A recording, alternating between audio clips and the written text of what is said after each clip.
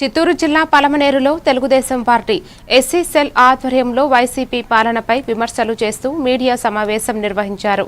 ఈ సందర్భంగా నాయకులు మాట్లాడుతూ వైసీపీ హయాంలో దళితులపై దాడులు, హత్యలు పెరిగాయని ఆరోపిస్తూ దళితుల సంస్మరణ కార్యక్రమం చేపట్టారు.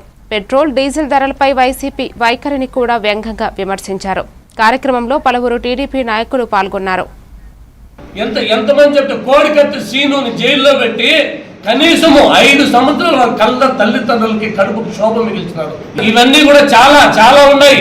మేము చెప్పేకపోతే 200 మంచి పేర్లు చెప్పాలా. ఆ విధంగా ఎంతసేపు దళిత కుటుంబాలకు క్షోభ మిగిలించింది ఈ జగన్మోహన్ రెడ్డి గారు. మీకు ఎప్పుడు కూడా దళితులు మీకు అండగా నిలవరు.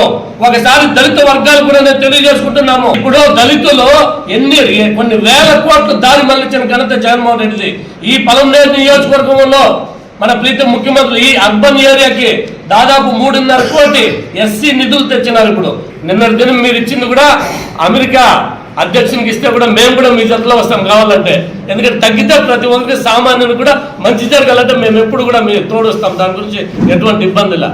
21లో మే 21వ తారీఖు డాక్టర్ సుధాకర్ గారిని కూడా మీకు అందరికీ కూడా తెలుసు. కేవలం మాస్క్ అడిగిన దానికి ఆయన ఏ విధంగా హింసించి ఆయన్ని అతి ఘోరంగా అతని చావు కారణమైనటువంటి ఈ యొక్క వైసీపీ అక్రమాలని మరొకసారి ప్రజలందరికీ కూడా గుర్తు చేస్తున్నాం. 2-3 స్థలాల్లో జగన్మోహన్ రెడ్డి గారు చెప్పారు 2 సంవత్సరాలు అయిపోయింది, ఇంకో 3 సంవత్సరాలు కళ్ళు మూసుకుంటే మళ్ళీ మనమే వస్తామని. మీరు కళ్ళు మూసుకొని ఉండాల్సిందే. గత ప్రభుత్వంలో అంబేద్కర్ విదేశీ విద్య అనే పథకం ఉంటే ఆ పథకాన్ని తీసేసి జగనన్న విదేశీ విద్య అనే పథకాన్ని పేరు పెట్టుకున్నారు. అంబేద్కర్ కంటే అంతటి గొప్పవాడ జగన్మోహన్ రెడ్డి అనే విషయాన్ని మీడియా